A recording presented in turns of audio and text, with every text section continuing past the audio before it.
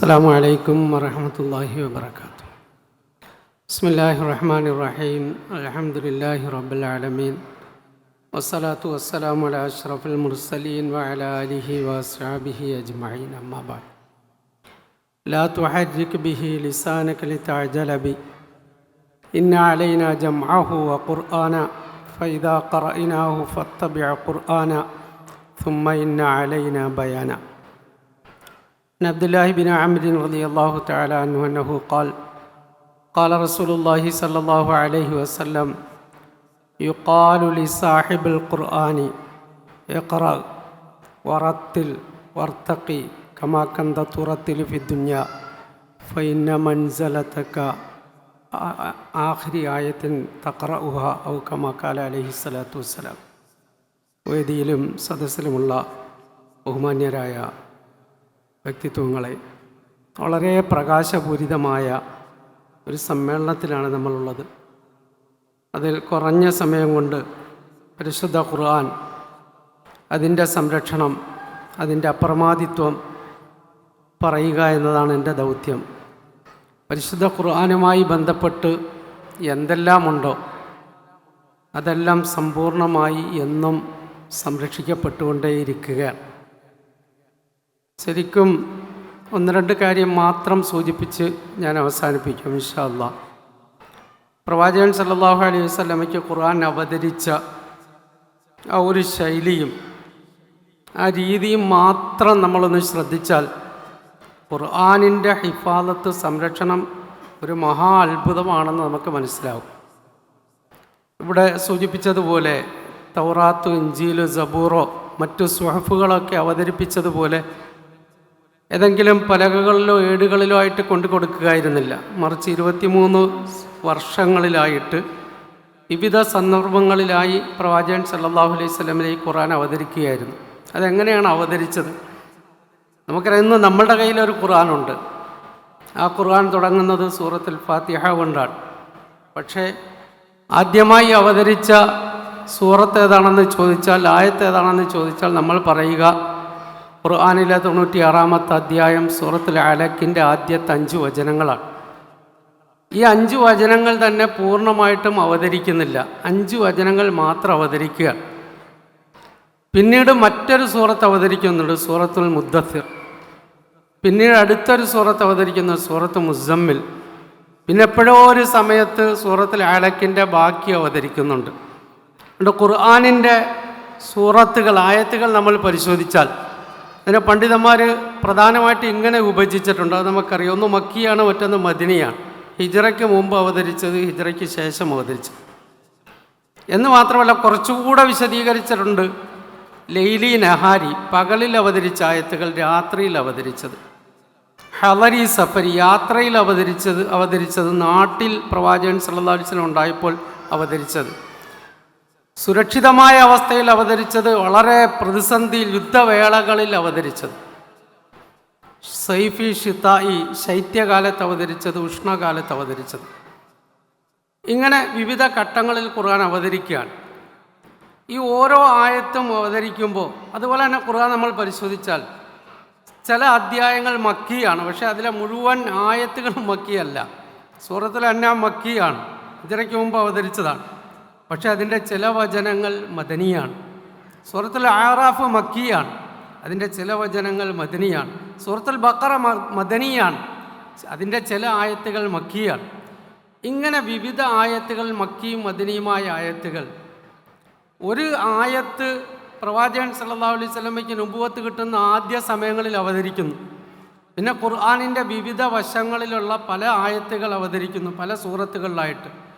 പിന്നെ കുറേ കഴിഞ്ഞ് ഹിജ്റയൊക്കെ കഴിഞ്ഞ് മദീനയിലെത്തിയപ്പോൾ വേറെ ചില ആയത്തുകൾ അവതരിച്ചിട്ട് അത് മക്കയിൽ 10 വർഷം മുമ്പ് അവതരിച്ച ആയത്തിൻ്റെ ബാക്കിയാണെന്ന് ജിബ്രീൽ അലൈഹി സ്വലാത്തു വസ്സലാം പറഞ്ഞു കൊടുക്കുന്നു. ഇതെല്ലാം അങ്ങോട്ടും ഇങ്ങോട്ടും ഇങ്ങനെ കൂട്ടിച്ചേർക്കാൻ. നമ്മുടെ ഇന്നത്തെ യുഗമൊന്നുമല്ല, ഇന്നത്തെ ടെക്നോളജി ഒന്നുമില്ല. ഇതങ്ങോട്ടെടുത്ത് കോപ്പി പേസ്റ്റ് ചെയ്യാൻ, ഇങ്ങോട്ടെടുത്ത് വെക്കാൻ, ഇതെല്ലാം ഓർമ്മയിൽ സൂക്ഷിക്കുക എന്ന് മാത്രമല്ല, അള്ളാഹുവിൻ്റെ റസൂൽ സല്ലല്ലാഹു അലൈഹി വസല്ലം ഒരു മനുഷ്യനാണ്. വിവിധ വൈകാരിക സന്ദർഭങ്ങളിലാണ് ഖുർആൻ പലപ്പോഴും അവതരിക്കുന്നത്. ചിലപ്പോൾ ഉറങ്ങാൻ കിടക്കുമ്പോഴാണ് ഖുർആൻ അവതരിക്കുന്നത്. ആയിഷ റളിയല്ലാഹു അൻഹ അത് പറയുന്നുണ്ട്. പ്രവാചകൻ സല്ലല്ലാഹു അലൈഹി വസല്ലം കിടക്കുകയായിരുന്നു, ഖുർആൻ അവതരിച്ചു. ചിലപ്പോൾ നമസ്കരിച്ചുകൊണ്ടിരിക്കുമ്പോഴാണ് ഖുർആൻ അവതരിക്കുന്നത്. ഖിബ്ലത്തൈനിയുടെ ആയത്ത് അങ്ങനെയാണ് അവതരിച്ചത്. 2 റക്അത്തായി കഴിഞ്ഞപ്പോൾ ഫവല്ലി വജ്ഹക ശത്റൽ മസ്ജിദിൽ ഹറാം, ഇനി കഅബയിലേക്ക് തിരിയുക എന്ന് അള്ളാഹു ഖുർആനിലൂടെ അറിയിക്കുകയാണ്. അപ്പോൾ തന്നെ പ്രവാചകൻ സല്ലല്ലാഹു അലൈഹി വസല്ലം കഅബയിലേക്ക് തിരിയുകയാണ്. ചിലപ്പോൾ അതിഭയങ്കരമായ ദുർഘടം പിടിച്ച സന്ദർഭത്തിലാണ്, ഉഹദ് യുദ്ധത്തിൻ്റെ അതികഠിനമായ വേളകളിലാണ് ഖുർആൻ അവതരിച്ചുകൊണ്ടിരിക്കുന്നത്. ചിലപ്പോൾ വളരെ ആശങ്കയുടെ സമയത്ത് ബദർ നടക്കാൻ പോവുകയാണ്. അപ്പോൾ സ്വാഭാവികമായിട്ടും പ്രവാചകൻ സല്ലല്ലാഹു അലൈഹി വസല്ലമയുടെ മനസ്സിൻ്റെ വികാരങ്ങളും ചിന്തകളും ഒക്കെ എന്തായിരിക്കും? അപ്പോഴവതരിക്കാൻ യാ അയ്യുഹല്ലദീന ആമനൂ ഇദാ ലഖീതും ഫിഅതൻ ഫസ്ബുതു വദ്കുറുല്ലാഹ കസീറൻ ലഅല്ലകും തുഫ്ലിഹൂൻ വാതിഉല്ലാഹ വറസൂലഹു വലാ തനാസഉ ഫതഫ്ശലു വതദ്ഹബ റീഹുക്കും വസ്ബിറു ഇന്നല്ലാഹ മഅസ് സാബിരീൻ വലാ തകൂനൂ കല്ലദീന ഖറജു മിൻ ദിയാരിഹിം ബതറ. ഒരുപാട് നിയമങ്ങൾ, ഉസൂലുകൾ, ചിട്ടകൾ പഠിപ്പിക്കുകയാണ്. നിങ്ങൾ ഭിന്നിക്കരുത്, അള്ളാഹുവിനെ കൂടുതൽ ഓർക്കണം, ശത്രുക്കൾ പുറപ്പെട്ടതുപോലെ അഹങ്കാരികളായി നിങ്ങൾ പുറപ്പെടരുത്, അടിച്ചു പൊളിച്ച് തകർക്കും, ഇങ്ങനെയൊന്ന് പറഞ്ഞ് പുറപ്പെടരുത്. ഇങ്ങനെയൊക്കെയുള്ള ആയത്തുകൾ ഇതെവിടെയാണ്? ബദറിൻ്റെ സന്ദർഭത്തിൽ ഇങ്ങനെ ആയത്തുകൾ അവതരിക്കുകയാണ്. പ്രവാചകൻ സല്ലല്ലാഹു അലൈഹി വസല്ലം വിജയശ്രീലാളിതനായി പരിശുദ്ധ മക്കം ഫതഹിൽ നിൽക്കുമ്പോൾ അവിടെ ചില ആയത്തുകൾ അവതരിക്കുന്നു. പിന്നീട് നബിതങ്ങൾ ഹജ്ജത്തുൽ വദാഇൽ തൻ്റെ 1.25 ലക്ഷത്തിലധികം അനുചരന്മാരോട് സംവദിച്ചു കൊണ്ടിരിക്കുമ്പോൾ ദീൻ പൂർത്തിയായി എന്ന് പറയുന്ന ആയത്ത് അവതരിക്കുന്നു. ഇതൊന്നും ഒരു ക്രമമായിട്ടല്ല, വിവിധ ക്രമങ്ങളിൽ, വിവിധ അധ്യായങ്ങളിൽ, വിവിധ ഭാഗങ്ങളിൽ. ചിലപ്പോൾ ഒരു വലിയ സൂറത്ത് മൊത്തമായിട്ട് അവതരിക്കും, സൂറത്തുൽ ബഖറ പോലെ 1-2 ആയത്തൊഴിച്ച് ബാക്കി മൊത്തമായിട്ട് അവതരിച്ചു. ചിലപ്പോൾ അതിനിടയിൽ ഒരു ചെറിയ സൂറത്ത് അവതരിക്കും, സൂറത്തുൽ അസ്ർ പോലെ ചെറിയ സൂറത്തുകൾ അവതരിക്കുന്നു. ഇങ്ങനെയൊക്കെ ഒരു മനുഷ്യൻ്റെ വിവിധ ഘട്ടങ്ങളിൽ അവതരിക്കുന്ന ഈ അധ്യായങ്ങൾ, ഈ സൂറത്തുകൾ, അത് ആ സൂറത്തിൻ്റെ ബാക്കി, ഈ സൂറത്തിൻ്റെ പകുതി എന്നൊക്കെ പറഞ്ഞാൽ എങ്ങനെയാണ് മനുഷ്യനെ ഓർമ്മ വെക്കുക? നമ്മളൊന്ന് ആലോചിച്ച് നോക്കി. ഒരിക്കലും ഒരു മനുഷ്യനെ കൊണ്ട് ചിന്തിച്ചാൽ അവൻ്റെ ആലോചനയ്ക്കോ അവൻ്റെ ബുദ്ധിക്കോ അവൻ്റെ ചിന്തയ്ക്കോ മനസ്സിലാക്കാൻ കഴിയാത്തതാണ് ഖുർആനിൻ്റെ ആദ്യ സന്ദർഭത്തിലുള്ള ഹിഫാദത്ത്. ഇവിടെയാണ് അള്ളാഹുവിൻ്റെ റസൂൽ സല്ലല്ലാഹു അലൈഹി വസല്ലം ഖുർആൻ ഷരീഫ് ഇറങ്ങിയ സന്ദർഭത്തിൽ ജിബ്രീൽ അലൈഹിസ്സലാത്തു വസ്സലാം ഓതി കേൾപ്പിക്കുമ്പോൾ കൂട്ടത്തിൽ ഓതാൻ ശ്രമിച്ചപ്പോൾ അള്ളാഹു പറഞ്ഞു, ലാ തുഹർരിക് ബിഹി ലിസാനക ലിതഅജല ബി. താങ്കൾ ധൃതി കാണിച്ചുകൊണ്ട് കൂട്ടത്തിൽ ഓതാൻ വേണ്ടി താങ്കളുടെ നാവ് ചലിപ്പിക്കേണ്ടതില്ല. ഇന്ന അലൈന ജംഅഹു വ ഖുർആന. ഈ ഖുർആനിനെ ഒരുമിച്ച് കൂട്ടലും ഇതിൻ്റെ പാരായണം നമ്മുടെ ബാധ്യതയാണ്. അതുമാത്രമല്ല, സുമ്മ ഇന്ന അലൈന ബയാന. ആ ഖുർആനിനെ വിശദീകരിച്ച് തരേണ്ടതും നമ്മുടെ ബാധ്യതയാണ്. അഥവാ പരിശുദ്ധ ഖുർആൻ മാത്രമല്ല, ഖുർആനിൻ്റെ ഏറ്റവും വലിയ വിശദീകരണമായ പരിശുദ്ധ ഹദീസും അതും അള്ളാഹുവിൻ്റെ സംരക്ഷണത്തിലാകും എന്ന് അള്ളാഹു അറിയിക്കുകയാണ്. തുമ്മ ഇന്ന അലൈന ബയാന. പിന്നെ അതിൻ്റെ വിശദീകരണവും നമ്മളുടെ ബാധ്യതയാണ്. സയ്യിദുന റസൂലുള്ളാഹി സ്വല്ലല്ലാഹു അലൈഹി വസല്ലം പ്രവാചകരാണ് എന്ന് നമുക്ക് മനസ്സിലാക്കാം. അതുകൊണ്ട് ഒരു അത്ഭുതകരമായിട്ടത് സംരക്ഷിച്ചു. പക്ഷേ പ്രവാചകൻ മാത്രമല്ലല്ലോ, തങ്ങളുടെ മുന്നിൽ നിൽക്കുന്ന സഹാബികളോട് അപ്പോഴപ്പോഴീ ആയത്തുകൾ ഓതി കേൾപ്പിക്കുന്നു. അവരങ്ങനെ തന്നെ സൂക്ഷിക്കുന്നു. നബിതങ്ങൾ വഫാത്താകുന്ന സന്ദർഭത്തിൽ ഇന്ന് നമ്മളുടെ മുന്നിലുള്ളതുപോലെ മാബൈന ദഫത്തൈ മുസ്ഹഫി കലാമുള്ള എന്ന് പറയാനുള്ള ഒരു മുസ്ഹഫില്ല. അത് അധികവും സഹാബികളുടെ ഹൃദയങ്ങളിലാണ് സൂക്ഷിക്കപ്പെട്ടത്. പിന്നെ എഴുതി വെച്ചവരുണ്ട്, കുറേ ഭാഗങ്ങളിലായി പലരും എഴുതി വെച്ചു എന്നല്ലാതെ ഇത് മുഴുവനും ആ സഹാബികൾ ഹൃദയം കൊണ്ട് ഏറ്റെടുക്കുകയാണ്. അതിൻ്റെ ഒരു കാരണം അല്ലാഹു തആല അറബികൾക്ക് കൊടുത്ത അപാരമായ ഓർമ്മശക്തി. അള്ളാഹുവിൻ്റെ കലാം സംരക്ഷിക്കാൻ വേണ്ടി. അള്ളാഹുവിൻ്റെ കലാം എന്ന് പറഞ്ഞാൽ അള്ളാഹുവിൻ്റെ സംസാരമാണല്ലോ. അതിൻ്റെ അൽഫാളുകളും അതിൻ്റെ മൊഴികളും അതിൻ്റെ ആശയവും അത് മുഴുവനും റബ്ബിൻ്റെ കലാമാണ്. പടച്ചവൻ സംസാരിച്ചതാണ്. ആ സംസാരം സൂക്ഷിക്കുന്നതിന് വേണ്ടി അത്യത്ഭുതകരമായ ഓർമ്മയുള്ള ഒരു സമൂഹത്തെയാണ് പ്രവാചകൻ സല്ലല്ലാഹു അലൈഹി വസല്ലമയ്ക്ക് അല്ലാഹു തആല കൊടുത്തത്. അതുകൊണ്ടാണ് അബ്ദുല്ലാഹ് ഇബ്നു മസ്ഊദ് റളിയല്ലാഹു അൻഹു പറഞ്ഞത്, അല്ലാഹു തആല മുഴുവനും നോക്കിയിട്ടാണ് പ്രവാചകൻ സല്ലല്ലാഹു അലൈഹി വസല്ലമയുടെ സഹാബികളെ തിരഞ്ഞെടുത്തത് എന്ന്. അവരും ഇതുപോലെ ഇത് കാണാതെ പഠിക്കുകയാണ്, ഓർമ്മ വെക്കുകയാണ്. അവരോട് പറയുകയാണ്, ഇമാം ബൈഹഖി ഉദ്ധരിക്കുന്ന ഹദീസിൽ കാണാൻ കഴിയും, ഉസ്മാൻ ഇബ്നു അഫ്ഫാൻ റളിയല്ലാഹു തആല അൻഹു പറയുന്നുണ്ട്, ജിബ്രീൽ അലൈഹിസ്സലാത്തു വസ്സലാം ഒരായത്ത് ഓതി കേൾപ്പിച്ചിട്ട് പ്രവാചകരോട് പറയും, ഈ ഇപ്പോൾ അവതരിച്ച ഈ വചനം നേരത്തെ അവതരിച്ച ഇന്ന സൂറത്തിൻ്റെ ഇന്ന ഭാഗത്തുള്ളതാണ് എന്ന് പറയും. പ്രവാചകൻ സല്ലല്ലാഹു അലൈഹി വസല്ലം അത് സഹാബികൾ ഓതി കേൾപ്പിച്ചിട്ട് പറയും, കഥാ ബക്കഥാ ഫീ മക്കാനി കഥാ ബക്കഥാ, ഈ ആയത്ത് ഇന്ന സ്ഥലത്താണ് നിങ്ങൾ രേഖപ്പെടുത്തേണ്ടത്, അതിനോട് ചേർത്താണ് ഓതേണ്ടത് എന്ന് പറയുമ്പോൾ അതങ്ങനെ തന്നെ മനഃപ്പാടമാക്കി വെക്കുകയാണ്. അപ്പോൾ ഈ രീതിയിൽ ലോകത്തൊരു ഗ്രന്ഥത്തിനും സ്വാഭാവികമായും മനുഷ്യൻ്റെ ചിന്തകൾക്ക് അതീതമായ രീതിയിലാണ് അല്ലാഹു തആല അവൻ്റെ കലാമിനെ സംരക്ഷിച്ചത്. പിന്നെ അതിൻ്റെ സംരക്ഷണം ഏറ്റെടുത്തവർ സഹാബികൾ. പ്രവാചകൻ സല്ലല്ലാഹു അലൈഹി വസല്ലം വഫാത്താകുമ്പോൾ തന്നെ സഹാബാക്കളിൽ വലിയൊരു സംഘം ഖുർആനിൻ്റെ ഹാഫിളുകളാണ്. അത് സലഫ് സാലിഹ്യങ്ങളുടെ സാധാരണ പതിവായിരുന്നു. ഇമാം നവവി റഹ്മത്തുള്ളാഹി എഴുതുന്നുണ്ട്, പരിശുദ്ധ ഖുർആൻ ഹിഫ്ള് ചെയ്യാത്ത ഒരാൾക്ക് നമ്മൾ ഫിഖ്ഹോ ഹദീസോ പഠിപ്പിക്കുമായിരുന്നില്ല. ഇമാം നവവിയുടെ ആ വാക്ക് മനസ്സിലാക്കി തരുന്നത് പൂർവകാല മുഴുവൻ മഹത്തുക്കളുടെയും രീതി ആദ്യം ഖുർആൻ ശരിയായി മനനം ചെയ്യുക എന്നുള്ളതാണ്. ഖുർആനാണല്ലോ നമ്മളുടെ അസ്ല്, പിന്നെ അതിൽ നിന്നാണ് ബാക്കി ഒരാൾക്ക് ശരിക്കും കിട്ടുന്നത്. അപ്പോൾ ഒരു പണ്ഡിതൻ ഇൽമു പഠിക്കാൻ വേണ്ടി വന്നാൽ, ഒരു വിദ്യാർത്ഥി ഇൽമു പഠിക്കുന്നതിന് വേണ്ടി വന്നാൽ ആദ്യം അയാൾക്ക് ഖുർആൻ ഹിഫ്ള് ചെയ്യിപ്പിക്കുക എന്നത് സലഫു സാലിഹ്യങ്ങളുടെ സാധാരണ പതിവാണ്. അതെപ്പോഴോ എവിടെയൊക്കെ നമുക്കൊക്കെ നഷ്ടപ്പെട്ടു എന്നല്ലാതെ അവരുടെ പതിവതായിരുന്നു. ആ രീതിയിൽ തന്നെ സംരക്ഷിക്കപ്പെട്ടു. ആ സലഫു സാലിഹ്യങ്ങളായ മഹാന്മാർ ഇതുപോലെ ഖുർആനെ സംരക്ഷിച്ചു. സഹാബികളിൽ നിന്നും വലിയൊരു സംഘം. പിന്നെ യമാമ യുദ്ധം നടന്നപ്പോൾ ആ ഖുർആകളിൽ വലിയൊരു സംഘം ഷഹീദായി. അപ്പോഴാണ് മഹാന ഉമർ റളിയല്ലാഹു അൻഹുവിൻ്റെ ഹൃദയത്തിലുണ്ടാകുന്ന ഒരു ചിന്ത, ഇങ്ങനെ ഖുർആൻ ഹിഫ്ള് ചെയ്തവരെല്ലാം മരണപ്പെട്ടു പോയാൽ പിന്നെ ഇതിനെ എങ്ങനെ സംരക്ഷിക്കും? ആ ഒരു ചിന്ത വന്നപ്പോഴാണ് ഓടി അബൂബക്കർ സിദ്ദീഖ് റളിയല്ലാഹുവിൻ്റെ അടുക്കൽ വന്നിട്ട് ഈ ഖുർആനിനെ ഒന്ന് ജംഅ് ചെയ്യണം, ഇന്ന് കാണുന്ന രീതിയിൽ ഒരു ഗ്രന്ഥമാക്കണമെന്ന് പറഞ്ഞത്. എന്ന് പറഞ്ഞപ്പോൾ അതിനെ ഏറ്റെടുക്കാൻ അനേകം സഹാബികൾ അവരൊരുമിച്ച് കൂടി. അവരെ ഹൃദയത്തിൽ നിന്നും തന്നെയാണ് അത് എഴുതിയത്.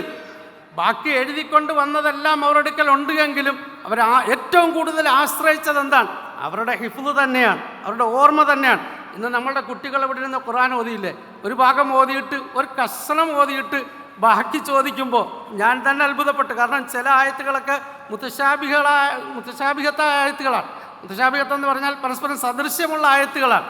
അത് ഓതുമ്പോൾ ആ കുട്ടികൾ ചോദിക്കുന്നുണ്ട്, ഇതേത് സൂറത്തിൻ്റെതാണ് ഓതാൻ ചോദിച്ചത് എന്ന്. അങ്ങനെ ചോദിച്ച കുട്ടികളെ ശ്രദ്ധിച്ചു. അപ്പം ഇങ്ങനെ പരിശുദ്ധ ഖുർആനിനെ ഈ രീതിയിൽ സഹാബികൾ ഹൃദയത്തിൽ നിന്നും ഹൃദയത്തിലേക്ക്, ബൽഹു ആയാത്തുൻ ബയ്യിനാത്തുൻ ഫീ സുദൂരില്ലദീന ഊത്തുൽ ഇൽം എന്നതിൻ്റെ ഒരു തഫ്സീർ മുഫസ്സിറുകൾ പറഞ്ഞിട്ടുള്ളത്, ഇൽമ് നൽകപ്പെട്ടവരുടെ ഹൃദയാന്തരങ്ങളിലാണ് ഈ ഖുർആൻ സംരക്ഷിക്കപ്പെട്ടത് എന്നാണ്. അതുകൊണ്ടാണ് ഇവിടെ പലരും നേരത്തെയും പറഞ്ഞത്, നിങ്ങൾ കരിച്ചു കളഞ്ഞാലും ഇതിൻ്റെ പ്രസ് അടച്ചു പൂട്ടിയാലും അള്ളാഹുവിൻ്റെ കലാമിന് ഒന്നും ചെയ്യാൻ കഴിയില്ല. മാത്രമല്ല അള്ളാഹുവിൻ്റെ കലാമിൻ്റെ വാക്കുകളുടെ അജയ്യത. നമ്മളൊരു ഹദീസ് അല്ലെങ്കിൽ ഇമാം ബുഖാരി ഒരു ഹദീസ് വായിക്കുന്നെങ്കിൽ എങ്ങനെയായിരിക്കും വായിക്കുക? വബിഹി ഖാല ഹദ്ദസന എന്ന് പറഞ്ഞ് നബിതങ്ങൾ സല്ലല്ലാഹു അലൈഹി വസല്ലം വരെയുള്ള റുവാത്തുകളുടെ റാവിമാരുടെ പേര് പറഞ്ഞിട്ടാണ് ഹദീസ് പറയുക. പക്ഷെ ഖുർആൻ നമ്മൾ അങ്ങനെ പറയാറില്ല. ഏത് ഓതാൻ പറഞ്ഞാൽ ഓതുക. എന്താ കാരണം? ഇത് റബ്ബുൽ ആലമീൻ്റെ വാക്കുകളാണ്, അള്ളാഹുവിൻ്റെ ലഫ്ളുകളാണ്, അള്ളാഹുവിൻ്റെ മൊഴികളാണ്. ഒരു മഖ്ലൂക്കിനും തുല്യമായ ഒരു വാക്ക്, ഒരക്ഷരം അവിടെ ഫിറ്റ് ചെയ്യാൻ സാധിക്കത്തില്ല. അത്ര ഗൗരവമാണ് അള്ളാഹുവിൻ്റെ കലാം. അതുകൊണ്ട് അതിന് നമ്മൾ സനത് പറയേണ്ട കാര്യമില്ല, ഒരു സനതും പറയേണ്ട. ഓതാൻ പറഞ്ഞാൽ ഓതുക. ഖുർആൻ ഒരു വെല്ലുവിളി നടത്തുന്നുണ്ട്. അതല്ലെങ്കിൽ നിങ്ങളൊരു ആയത്ത് ഫിറ്റ് ചെയ്യും. നമ്മുടെ ഖുർആനിൽ ആർക്കും സാധിക്കത്തില്ല. അത്യത്ഭുതകരമാണ് ഇതിൻ്റെ ഹിഫാളത്ത്.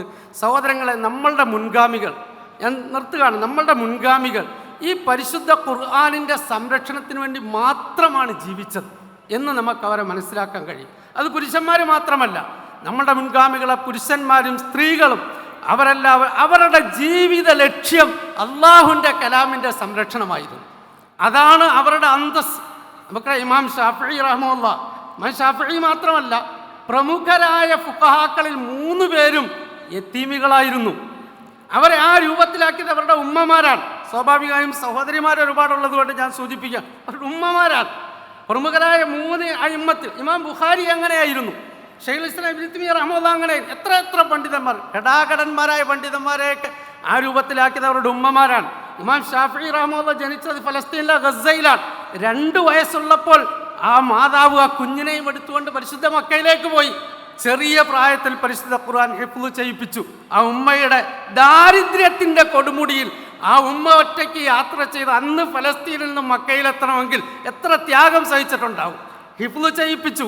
എന്നിട്ട് അവിടെ നിന്ന് മദീനയിൽ കൊണ്ടുപോയി. ഖുർആൻ ഹിഫ്ള് ചെയ്ത് 7 വയസ്സായപ്പോൾ ഇമാം മാലിക്കിൻ്റെ അക്കാലഘട്ടത്തിൽ ഏറ്റവും വലിയ ഹദീസ് പണ്ഡിതൻ ഇമാം ദാറുൽ ഹിജ്റയുടെ ആ സദസ്സിൽ കൊണ്ടുപോയി ഇരുത്തിയ മാതാവ് അവിടുന്ന് മുവത്ത മുഴുവനും ഹിഫ്ള് ചെയ്തു. 10, 12, 15 വയസ്സായപ്പോഴേക്കും ലോക പ്രശസ്തനായി. മഹാനവറുകൾ പിന്നൊരു സഞ്ചാരമാണ് എൽമ് തേടിയിട്ട്. അവിടുന്ന് യമനിലേക്ക് പോയി, സൻആയിലേക്ക് പോയി, അവിടുന്ന് ഇറാഖിൽ വന്നു, ഇറാഖിലെ ബസ്രയിൽ, കൂഫയിൽ, അതുപോലെ തന്നെ ഇറാഖിലെ മറ്റു പ്രദേശങ്ങൾ, അവിടുന്ന് ഷാമിലേക്ക്, സിറിയയിലേക്ക് വന്നു, ഡമാസ്കസിൽ, ഫലസ്തീനിലേക്ക് പോയി, പിന്നെ ഏഷ്യൻ ഭൂഖണ്ഡം കടന്ന് ഈജിപ്തിലേക്ക് പോയി, ഈജിപ്തിൻ്റെ കൈറോയിൽ മറ്റു പ്രദേശങ്ങളിൽ പോയി അവസാനം ഈജിപ്തിൻ്റെ ഒരു ഭാഗത്ത് പോയിട്ട് മരണപ്പെടുകയാണ്.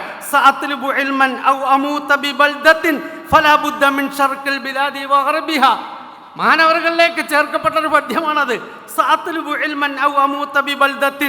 ഞാൻ ഈ ഇൽമും ഈ ഖുർആനും തേടി അലയും, ഏതെങ്കിലും നാട്ടിൽ പോയി മരിക്കുന്നത് വരെ ഫലാബുദ്ദമിൻ ഷർക്കിൽ ബിലാദി വഅറബിഹ, അത് കിഴക്കാകട്ടെ പടിഞ്ഞാറാകട്ടെ എവിടെങ്കിലും മരിക്കുന്നവര്.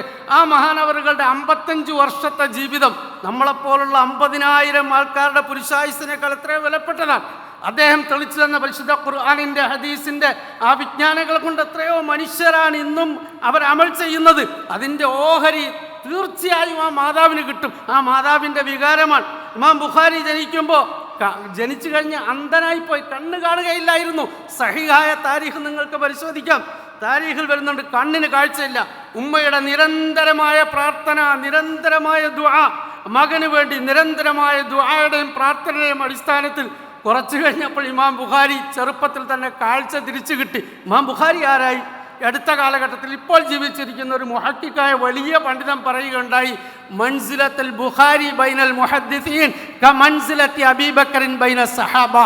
ഇമാം ബുഖാരിയുടെ സ്ഥാനം മുഹദ്ദിസീങ്ങളുടെ ഇടയിൽ, സഹാബികളുടെ ഇടയിൽ അബൂബക്കർ സിദ്ദീഖ് റളിയല്ലാഹു അൻഹുവിന്റെ സ്ഥാനമാണ്. ലാ തൂജദു അബൂബക്കർ സിദ്ദീഖ് റളിയല്ലാഹു അൻഹുവിനെ പോലെ ശ്രേഷ്ഠനായ ഒരു സഹാബിയെ കണ്ടെത്താൻ കഴിയാത്തതുപോലെ ഇമാം ബുഖാരിക്ക് തത്തുല്യനായ ഒരു മുഹദ്ദിസിനെ നമുക്ക് കണ്ടെത്താൻ കഴിയില്ല. അത്രയും വലിയൊരു ആകാശം മുട്ട വളർന്ന ഒരു മഹാപണ്ഡിതനെ സമർപ്പിച്ചതാരാണ്? ഈ സമുദായത്തിലെ സാധുക്കളായ സ്ത്രീകൾ, നമ്മളുടെ മുൻഗാമികളായ പുരുഷന്മാർ, സ്ത്രീകൾ, അവരെന്തിനാണ് ജീവിച്ചത്?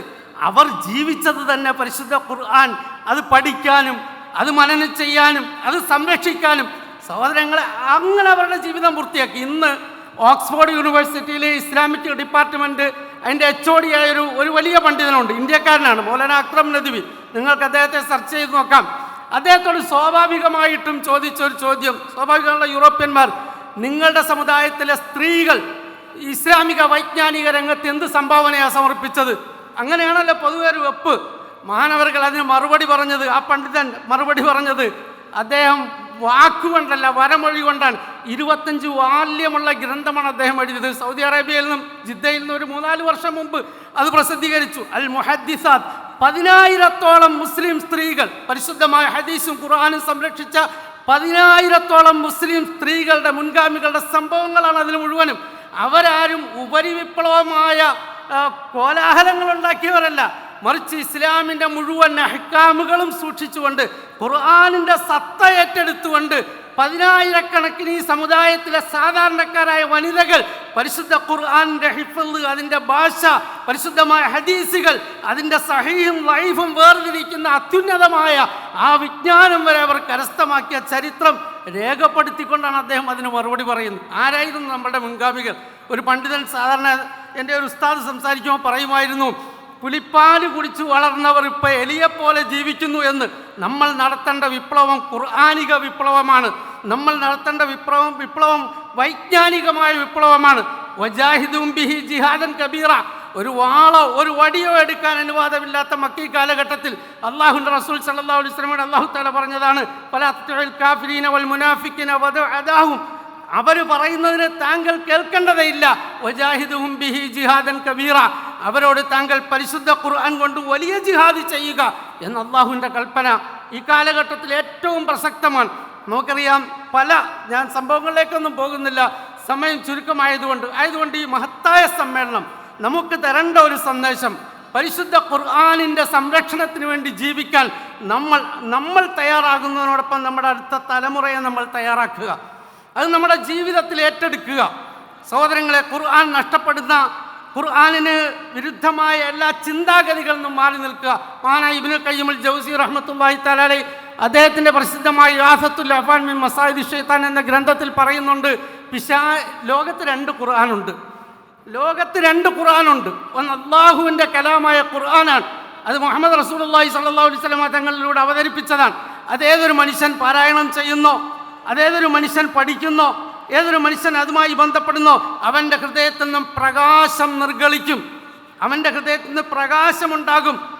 ഖുർആനിൽ അല്ലാഹു തആല അക്കാര്യം ഇതൊരു പ്രഭയാണെന്ന് ഓർമ്മപ്പെടുത്തുന്നത് പോലെ മാകുന്ത തദ്രി മൽ കിതാബു വലൽ ഈമാൻ വലകിൻ ജഅൽനാഹു നൂറൻ നഹ്ദി ബിഹി മൻ നശാഉ മിൻ ഇബാദിനാ. തങ്ങൾക്ക് ഈ കിതാബ് എന്താണെന്ന് അറിയുമായിരുന്നില്ല, ഈ ഖുർആൻ എന്താണെന്ന് അറിയുമായിരുന്നില്ല.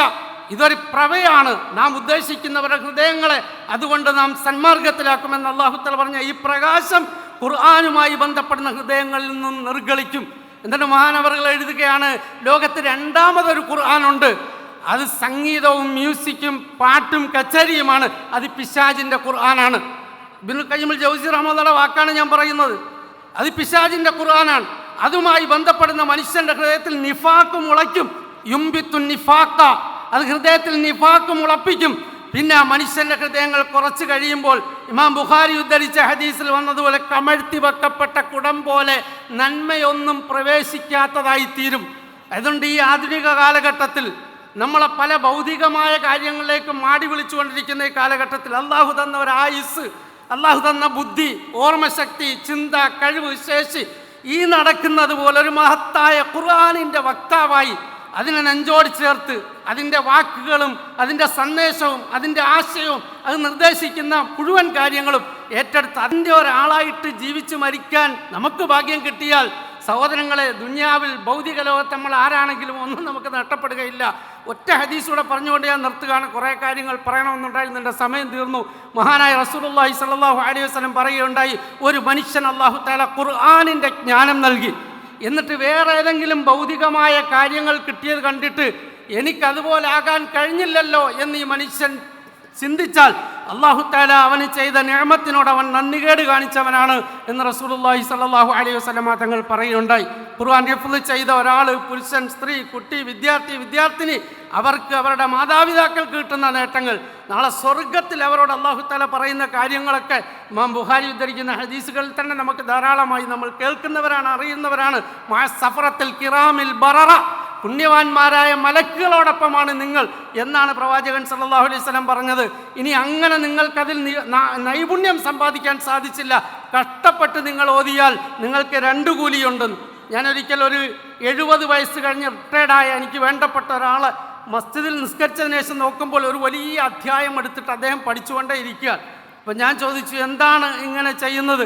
അവൻ പറഞ്ഞു, എന്നെ എടാന്ന് വിളിക്കുന്നത്. എടാ, എനിക്ക് ഖുർആൻ ഹിഫ്ള് ചെയ്യാനൊന്നും പറ്റിയില്ല, പക്ഷേ ഞാനിപ്പോൾ ആഗ്രഹിക്കുകയാണ് ഖുർആൻ ഹിഫ്ള് ചെയ്യാൻ. ഒരു പക്ഷേ ഖുർആൻ ഹിഫ്ള് ചെയ്യാതെ മരണപ്പെട്ടു പോയാലും അല്ലാഹു തആല നാളെ ആഖിറത്തിൽ എന്നെ യാത്രയാക്കുമ്പോൾ ഹാഫിളീങ്ങളോടൊപ്പം എന്നെ യാത്രയാക്കും. അല്ലാഹു കരുണയുള്ളവനാണല്ലോ.